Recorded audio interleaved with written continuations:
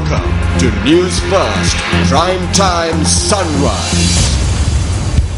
It's the 15th of July 2014. It's a wonderful Tuesday morning and welcome to Newsfirst Prime Time Sunrise live on MTV Sports from our Newsfirst Centre here in Colombo. I'm Shahin Jarampati. Let's start off with a look at your headlines.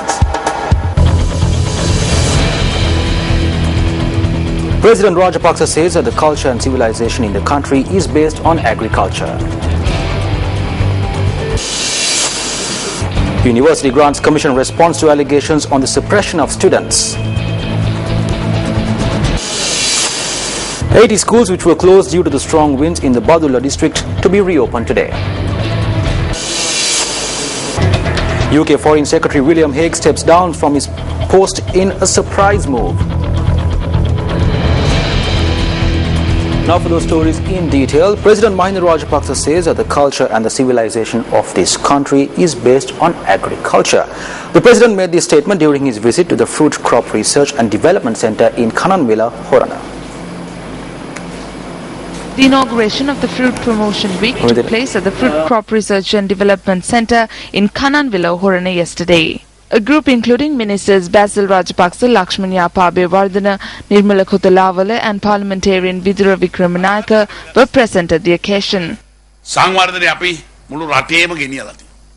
We have taken development that was restricted to just one province to the entire country. Agriculture is inbuilt in all of us because the basis of our culture, heritage and civilization is agriculture.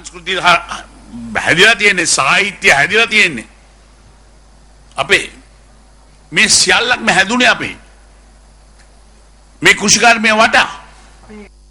President also expressed these views.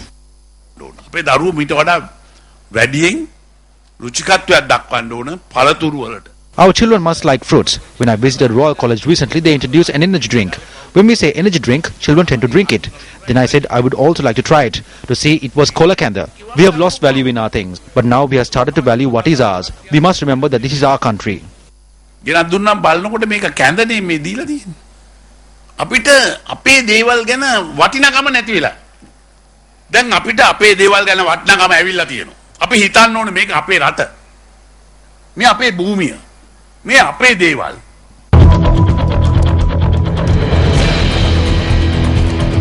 Now, the University Grants Commission has commenced a 50-day program last week with the aim of resolving issues in university. Now, to speak to us more about this, we have the chairperson of the UGC, Professor Shanika Hirimburegama, here at the Newsfirst Centre this morning. A very good morning, Professor. Thank you very much for joining us here on Newsfirst Prime Time Sunrise. Good morning, Shaheen. Yes. My first question to you, Professor, could you tell us the prevailing situation in universities? Universities are all right, running smoothly. They have had their convocations. And except for Rajarata, all the universities are functioning. Universities in the past also had been, it has always been like that. But right now they are all right. They are running very smoothly. A lot of research, good research is being done. Oh, that's good to hear, ma'am. And now, about this 50-day program, what are the main problems that this program is planning to tackle?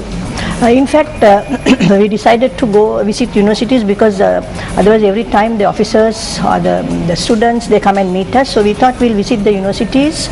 We visited several universities. We started in fact last week.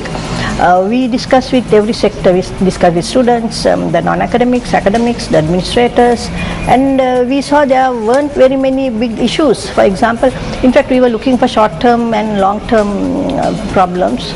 Short-term, for example, the non-academics were asking for their distress loan, which we showed. In fact, myself, the vice chair, secretary to UGC, the additional secretary, the accountant, we all went as a team. So for distress loans, there was immediate solution. And then there was a problem of canteen for students. Canteens are a little bit difficult because they have to give a packet of lunch for about 30-35 rupees. And slightest thing the students would smash, So therefore it is very difficult to get canteen people. But long-term problems, we saw that the lack of insufficient lecture halls, equipment, scientific equipments, those were the ones. There weren't any big issues. Now, Professor, you say that things are running smoothly, but there are students who might say otherwise, because there are allegations by university students that there is a suppression of university students and also the curtailing of free education. Now, time and time again, we have seen students raising their voices over these matters. Now, what would you say about these matters? As you said, Chaim, these are the common slogans that had been there right throughout. Free education, then the student suppression. In fact, there aren't. Now, we are for 200%, the government is for 200% free education to sustain. But education is a must for all. That concept is also there. And at the same time, good quality education. Student suppression is also, it's a myth. Even at home, when the children do something wrong, we try to put them onto the correct track and we advise them. We make small punishments. It's like that. But how many students have been removed from universities? Hardly any. So do you think this problem is being misinterpreted? In fact, it is being misinterpreted, and these are there especially during election time for UN to show that there is a problem in the university system, but the universities are running very well. Well, thank you very much, Professor Hirumburugama, for joining Primetime Sunrise this morning. It was a pleasure having you with us. Thank you, Shane. Thank you.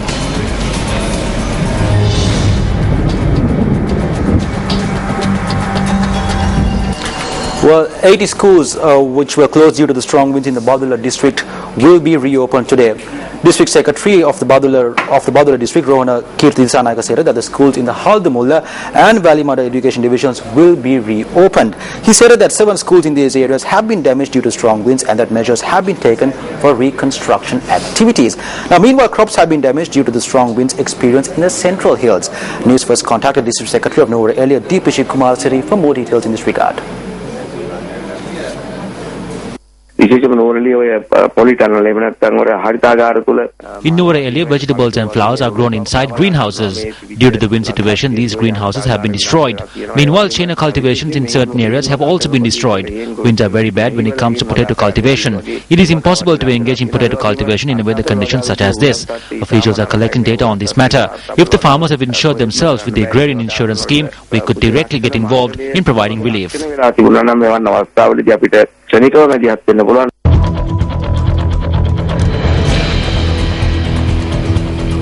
Still in local news, 2 persons were killed in 3 separate accidents in the island. A 7-year-old boy was killed after he was hit by a car in the Kurala Valley area in Moratuwa last morning. Police said that the army officer who was driving the car was released on bail after he was produced before the Moratuwa district magistrate. A 57-year-old woman was killed in an accident that took place in the Rajugalathan area on the Ampara Kandy main road.